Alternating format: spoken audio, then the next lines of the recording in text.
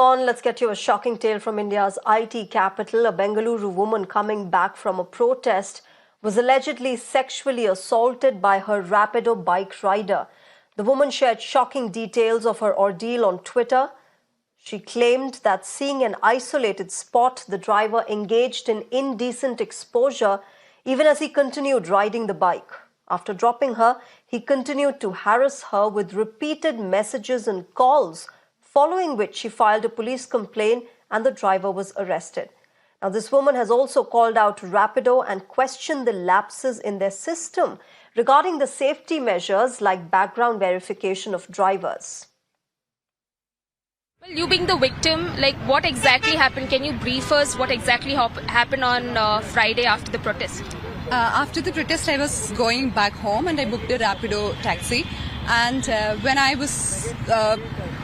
I reached Vitasandra, which is kind of a remote place, there are no houses and there was no vehicles around, and this driver slowed down the bike and he started riding with his right hand and he started masturbating with his left hand.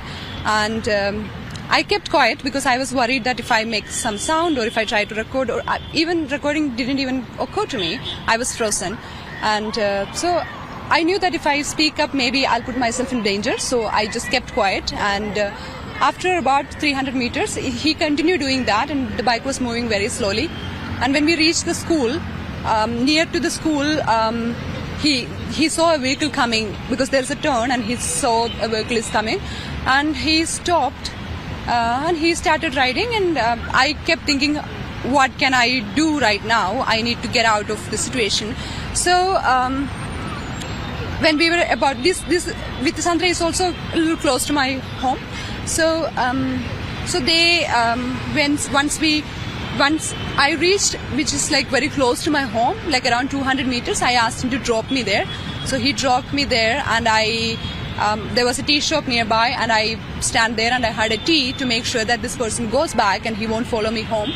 And after that, he kept calling me, and I rejected the call.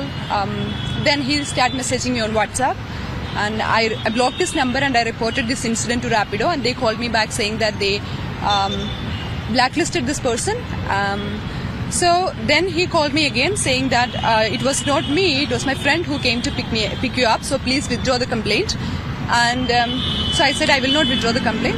And then the next day, which is yesterday, I went to the Electronic City Police Station and I filed a complaint.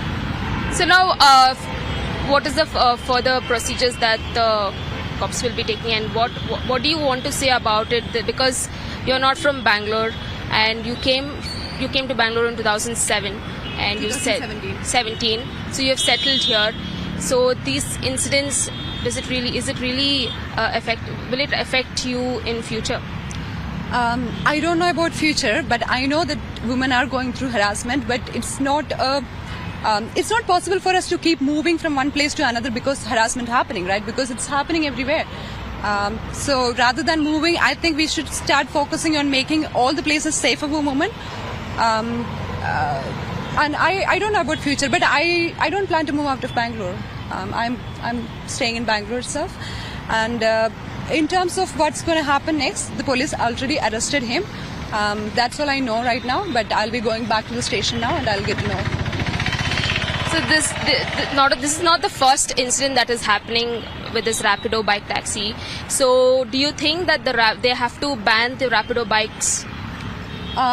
I don't know about banning, but in my complaint I have stated that I want them to be public about what kind of safety measures that they are implementing in order to make sure that the female passengers are safe, or any gender for that matter. It's not just female passengers, those are in danger.